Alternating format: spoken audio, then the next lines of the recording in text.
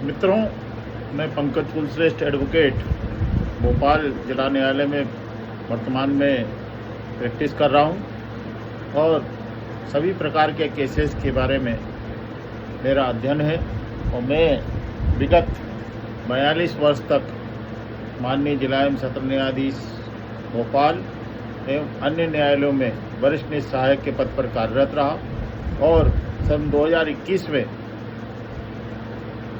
मैं जिला न्यायालय रायसेन से प्रशासनिक अधिकारी के पद से सेवानिवृत्त हुआ और 21 में जब मैं सेवानिवृत्त हुआ तो उसके पश्चात मैंने अपने मित्रों और सहयोगियों की राय लेकर अधिवक्ता का कार्य करना शुरू किया और मैं वर्तमान में अधिवक्ता का काम भोपाल में कर रहा हूँ।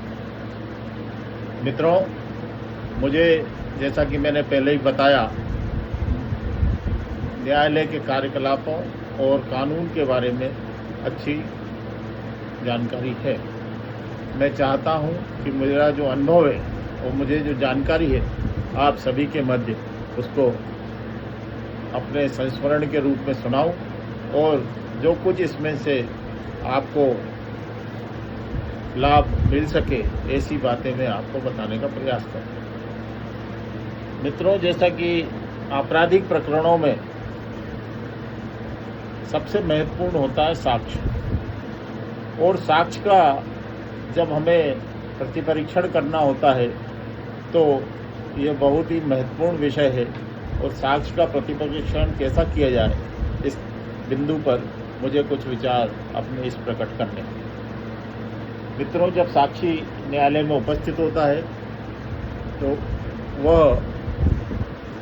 यह तय करके उपस्थित होता है कि उसे आपके पक्षकार यानी अभियुक्त को सजा करवानी है। इसलिए येन केन प्रकार वह अभियुक्त के खिलाफ बोलने का प्रयास करता है।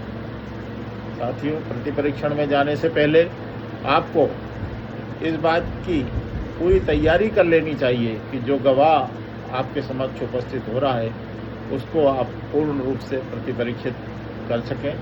और इसके लिए सबसे महत्वपूर्ण तथ्य यह है कि आप जो साक्षी न्यायालय में साक्ष्य देने उपस्थित हो रहा है उसके बारे में उसका जो कथन है, उसका जो पुलिस कथन है, उसने जो पुलिस के समक्ष कथन दिया है या पुलिस कार्रवाई में या पुलिस के अनुसंधान में उस साक्षी का जो कार्य है, जो अनुसंधान के दौरान उस साक्षी ने पुलिस को अभियुक्त के विरुद्ध जिस प्रकार के भी साक्ष्य उपलब्ध कराए हैं उसके बारे में आपको पूरी जानकारी होना चाहिए।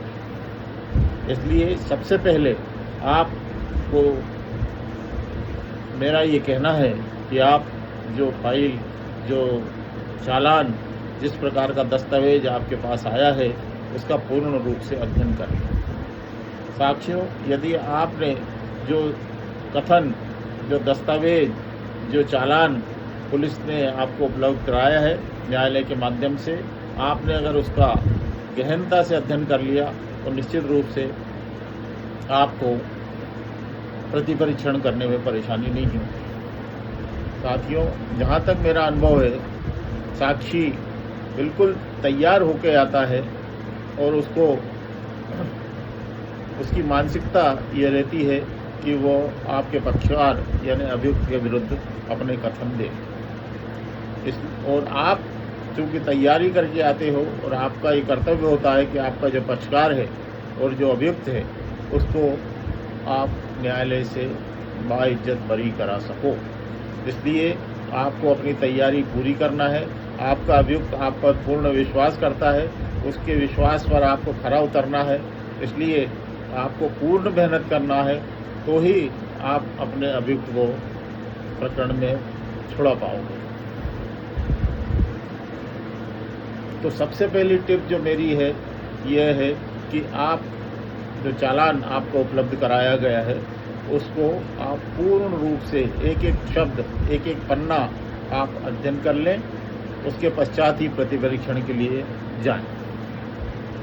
इसी तारतम्य में मेरा यह भी कहना है कि जो घटना घटित हुई है उसके संबंध में आप अपने पक्षकार से विस्तृत रूप से चर्चा करें।